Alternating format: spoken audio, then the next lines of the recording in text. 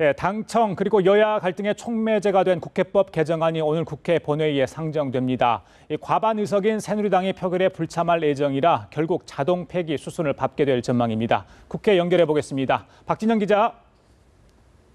네, 국회입니다. 예, 본회의 오후 2시에 열리죠?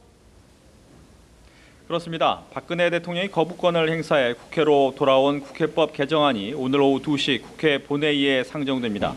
하지만 개정안은 상정되더라도 실제 표결까지로는 이어지지 못하고 계속 계류되면서 19대 국회 임기 종료와 함께 폐기될 가능성이 큽니다.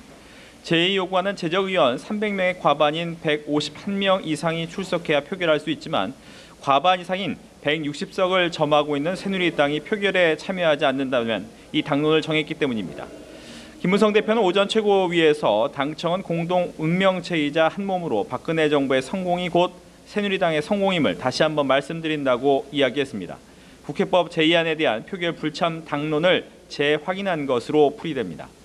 새누리당은 제2표결이 무산된 후 다시 본회의에 임해 다른 법안들은 정상 처리한다는 방침입니다. 새정치연합은 의사 진행 발언을 통해 대통령의 거부권 행사와 새누리당의 표결 불참을 강력히 성토할 것으로 알려졌습니다. 새정치연합 문재인 대표는 새누리당이 끝내 표결에 불참한다면 국민 배신의 날로 기록될 것이며 국민의 엄중한 심판을 피할 수 없을 것이라고 말했습니다. 다만 야당은 본회의를 파행시키지는 않고 계류 법안 처리에는 협조할 것으로 알려졌습니다. 국회법 개정안이 여당의 불참 속에 폐기 수순을 밟게 되면서 여야의 갈등 수위는 한층 고조될 것으로 보입니다. 예, 그리고 박 기자, 유승민 원내대표의 거취 문제도 오늘이 분수령인 것 같은데 결론 날까요? 네, 유승민 원내대표 오늘도 자신의 거취 문제에 대한 입장은 표명하지 않겠다 이렇게 이야기했습니다.